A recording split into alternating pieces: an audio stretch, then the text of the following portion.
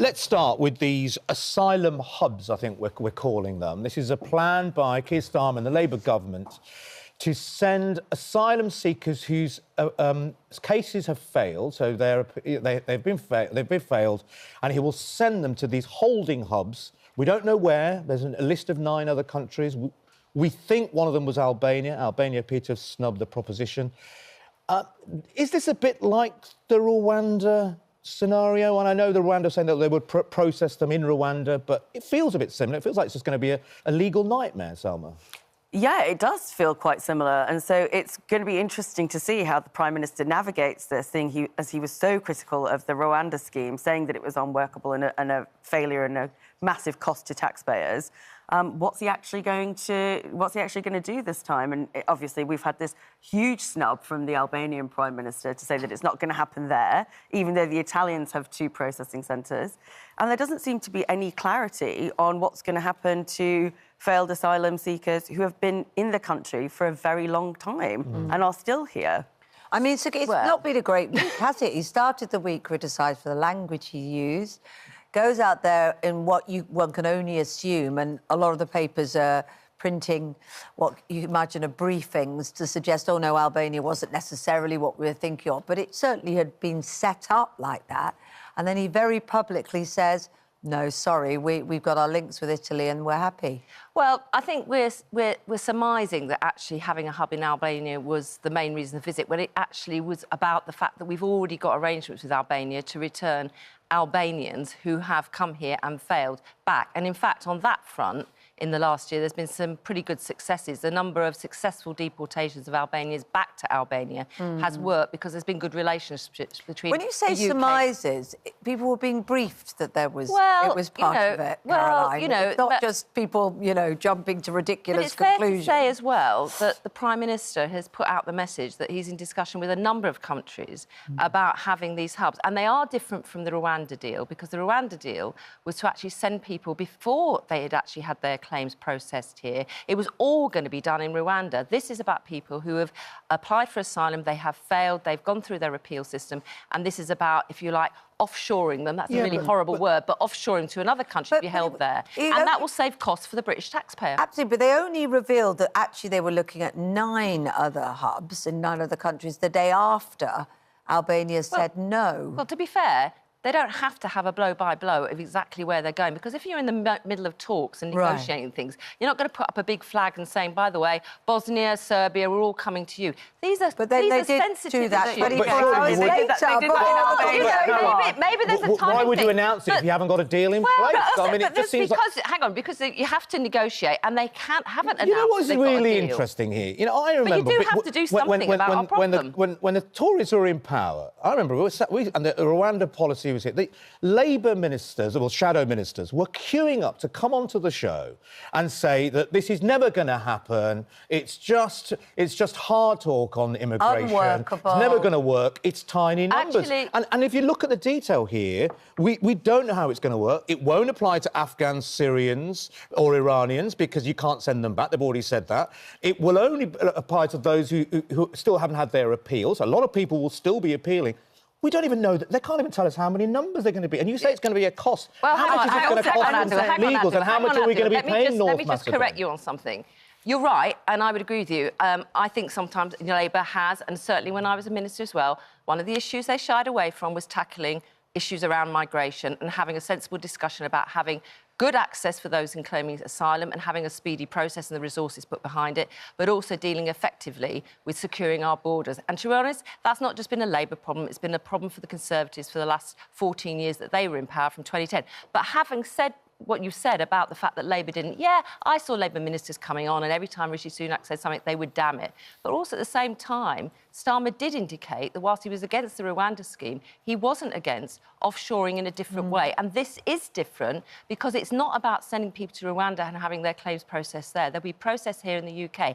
Is it enough? No, it isn't, actually, because we have got an asylum system where people can claim for asylum, and if they fail, they can put in a new claim for a different reason. And there's a logjam in the system. We have people who've gone through safe countries in Europe, have failed their asylum, and then come here to seek fresh asylum claims. Now, you have to deal with that And there has to be discussions about, is it right that people should shop around Europe, when they fail, then come to the UK? I personally don't think that is the right way to process this and deal with it. But the Albanian conversation has to go on because they're involved with organised crime, trying to reduce that. And I dealt with Albania, Romania and some of these other countries when I'm a Home Office Minister to tackle organised crime. It was a problem then and it's a problem today. OK. Well, thanks both. Joining us now, former Conservative Party Chairman Baroness Vasi is here. Thanks for joining us, Ida Vasi. I know we want to talk about Gaza and we're at a very critical point of what's happening there and you want to get into that. But just on this subject here, do you feel that... Would you expect this from a Labour government, this idea of asylum hubs? Has it surprised you?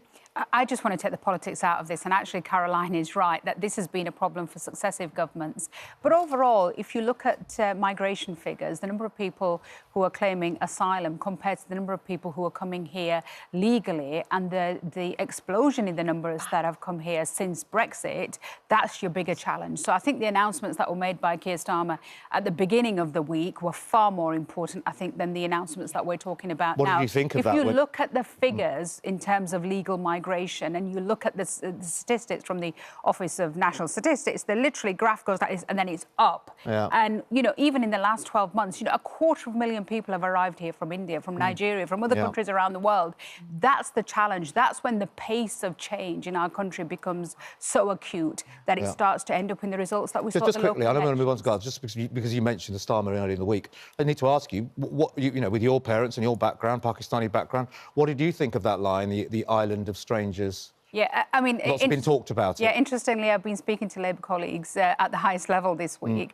I genuinely think it was a misstep. I think it would take a pretty crazy Labour government, or indeed any government, to sit there and think, the way to make this announcement is to channel Enoch Powell. I think there was a second part to that speech, and I'm looking forward to hearing that in a few months' time. It is about how we live together as communities in this country once we've dealt with the issue of pace of change.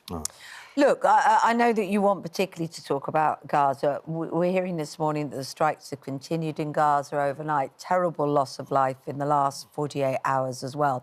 And Israel has indicated that it's planning to continue targeting Hamas hideouts. You resigned from the government in 2014, saying that you couldn't support Cameron government's policy on the escalation of violence in Gaza. Where do you stand now with what's happening? If you look at where we were over a decade ago when I resigned and you look at where we are now, it almost feels like that was a golden era. If you think about the kind of things that stopped the UK government, and remember, we stopped all arms sales at that period because of the killing that happened in Gaza at that time. And we were talking about hundreds rather than tens of thousands, which are the figures now. It just seems, as it seemed to me then, that we have a policy on Gaza and Palestine, a two-state solution, but we do nothing about bringing it about. But what would taking the stance actually look like in reality, though? That's the situation. What influence can we have? I mean, it looks as though we heard as well overnight that actually a senior member of Hamas has said that they're talking with Donald Trump saying, I need to be involved. We know that people might have feelings about that, but how would we influence it? Because it's not possible, is it, to do it from here and alone? There are 4 very clear things that we could do today. We could start by stopping all arms. Other countries have done that. Italy has done that. Spain has done that. The Canadian Parliament has voted for that. A court in the Netherlands has said that. There is no reason why we need to be out of step with these countries who are some of our allies. The second thing we need to do is, if we genuinely believe in a two-state solution, we need to recognise that second state. France are talking about it. Other countries in Europe have done it. We should recognise the state of Palestine now. The third thing that we should do is we should impose sanctions like we have with other countries around the world who act in these appalling ways. And then we should support the accountability process so that anybody involved in the committing of war crimes during this period is held to account. You know, one of the reasons why in the past we didn't criticise Israel publicly was because it was always felt in government that we needed to build up our capital with them, our diplomatic capital with them. But clearly, if what we're saying is we have no influence with the Israelis, then that diplomatic capital that we have been building over many, many years, and in doing so have allowed this culture of no consequence to exist with Israel, hasn't worked. Yeah, because, I mean, how damaging is this side? People at home are sitting home now. You know, we're all on Instagram and TikTok. You know, times have changed from 10 years ago. We can see ourselves what's going on. I mean, how many of those pictures can be false? I mean, you know, let's say half of them at least were true, accurate pictures. We have Philip Lazzarini, the head of UNRWA, who's saying, he has clearly said, I mean, it's a very official, you know, very senior man. He has said that the denial of food and aid is a weapon of war. We've had the Spanish PM call it a genocidal state. In years gone by, Britain would have taken a real clear stance here, would have followed the ICJ guidance, which is this could be plausible genocide. Yes, Israel deny all this. They haven't been charged yet. It's still got to go to court. But what's going on? Why are Britain no longer... This is about the times of Bosnia. Britain took a very clear line there. This is unacceptable. They're very quick to say that. But not this time. Yeah, I think we're failing. I think we failed under the last Conservative government. We're failing under this Labour government. But for me, what is shocking in all of this, Adil, is that the way we are acting at the moment is not in accordance with our policy. It's not in accordance with our values. It's not in accordance with public opinion, and it's not in accordance with UK public interest. And that's why this is so shocking, that not only is it wrong, it's also wrong for us. And that's why it is important for us to stop arms sales now, recognise Palestine, and start to be on the right side of history. There will be a reckoning to all of this, you know. There will be a reckoning. We're not and those people... this. I'm just interested to hear from Caroline and our panel, Starmer as well, our panel here. What is the reason why Sir Keir Starmer isn't doing those 4 clear points? I think it is... Let me just start by saying, I think, and I said this, you know, the other week, I think the stopping of aid getting through, and that includes not just food, but medical supplies, everything else, is absolutely unacceptable. And it's been going on for, what, nearly 3 months now. But I think the point is people at home are almost fed up of hearing that. OK, I'm just saying this before I say something. Before I say something else about, in answer to the question is, but I think what we shouldn't forget in all of this, and this is what I think makes it difficult for the UK government and for other governments as well, is that Hamas, in their attack inside Israel, in which they took hundreds of hostages, and some are still there. We know that also in that attack, many were killed, hostages were taken, they were abused, women were sexually assaulted. And of the hostages that have been returned, and I have to say, you know, very small numbers of hostages compared to the thousands of Palestinians who were released from the Israeli side back into Gaza. Many of those hostages were treated appallingly. So this isn't just a one-side thing. What we have here is a situation where, you know, unlike the situation with Russia, where they invaded Crimea in 2014 and now have control of 20% of the land of Ukraine, this was a response by Israel, and we can discuss how that response has played out. Some of it, which I totally accept is unacceptable, was a result of that attack by Hamas. And also, Hamas is embedded in this community in Gaza. It is there, hiding behind people in order to carry on its murderous and, quite frankly, attitude to destroy Israel. Sorry, Carol, I wanted you to get to the point. That's what makes it complicated. That's why it's hard to do more, isn't it? You know, what I listen to is people like Maoz and Magen Ayon, who lost their parents in the 7th of October attack in those communities on the border, who basically say, do not weaponise our grief for doing the appalling brutality that we're now seeing in Gaza. And I think that's a wonderful position. But if Hamas is embedded, if it's complicated, if we don't want to do it, that's why there's hesitancy, because this is not black and white. No, I think it's very clear. You know, I'm sorry, I don't accept this anymore. What I say is, unless we are prepared... Remember, I resigned on this 11 years ago. I spoke about this 4 years ago when I said that it is like a tinderbox. If you occupy people and you occupy them consistently, we have now got to a point where we cannot... We have now got to a point where we cannot say that Israel has a right to defend itself without saying the Palestinians have a right to defend themselves. We cannot say going forward word that Israel has a right to exist without saying Palestine has a right to exist. We have to have equal worth and value between Israeli lives and Palestinian lives. And I think it is now time for us to say this occupation must end. There must be a clear peace process. We must use international diplomacy, because the impact and the consequences of what is happening in the Middle East won't just be felt by the Israelis and the Palestinians, but will be felt by the dismantling. But will be felt by the dismantling of an international rules-based order, which will have consequences for disputes around the world. What about that point that it won't end while Hamas still has control? The occupation did not end when Hamas was not in control. But Saida, I don't disagree with you, and I could say we should recognise the Palestinian state, but we also know that that state is fragile. You have the West Bank and the what I would say more moderate forces there. And therefore we have to question. And therefore, Caroline, we have to question. Hang on, Saida. Why is Israel acting in the way that it is in the West Bank? Finish what I want to say. Thank you.